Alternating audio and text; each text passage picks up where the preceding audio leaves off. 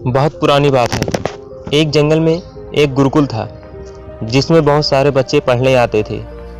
एक बार की बात है, गुरुजी सभी विद्यार्थियों को पढ़ा रहे थे, मगर एक विद्यार्थी ऐसा था जिसे बार बार समझाने पर भी समझ में नहीं आ रहा था। गुरुजी को बहुत तेज से गुस्सा आया और उन्होंने उस विद्यार्थी से कहा, जरा अपनी हथेली तो दिखाओ बेटा। विद्यार्थी ने अपनी हथेली गुरुजी के आगे कर दी।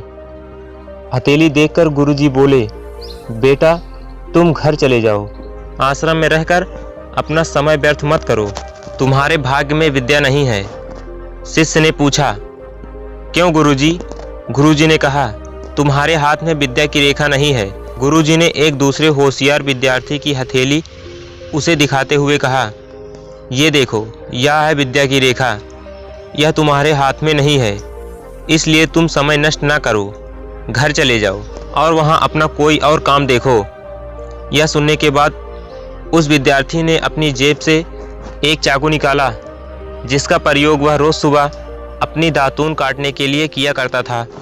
उस चाकू की पैनी नोक से उसने अपने हाथों में एक गहरी लकीर बना दी। हाथ लहूलुहान हो गया। तब वह गुरुजी से बोला, मैंने अपने हाथ में विद्या की रेखा बना ली है गुरुजी। यह देखकर गुरुजी स्रवित हो उठे और उन्होंने उस विद्यार्थी को गले से लगा लिया।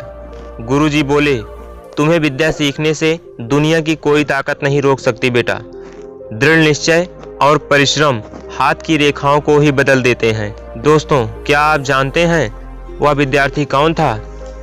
वह विद्यार्थी आगे चलकर महर्षि पणनी के नाम से प्रसिद्ध हुआ, जिसने विश्व प्रसिद्ध व्याकरण अष्टाध्याय की रचना की है।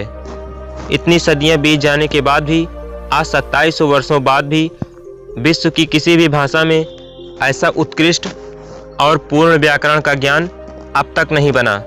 तो दोस्तों, इस कहानी की शिक्षा ये है कि लोग चाहे जो भी बोले, हम हर एक को गलत साबित करते हुए अपनी लगन और परिश्रम के दम पर जो चाहे वो कर सकते हैं।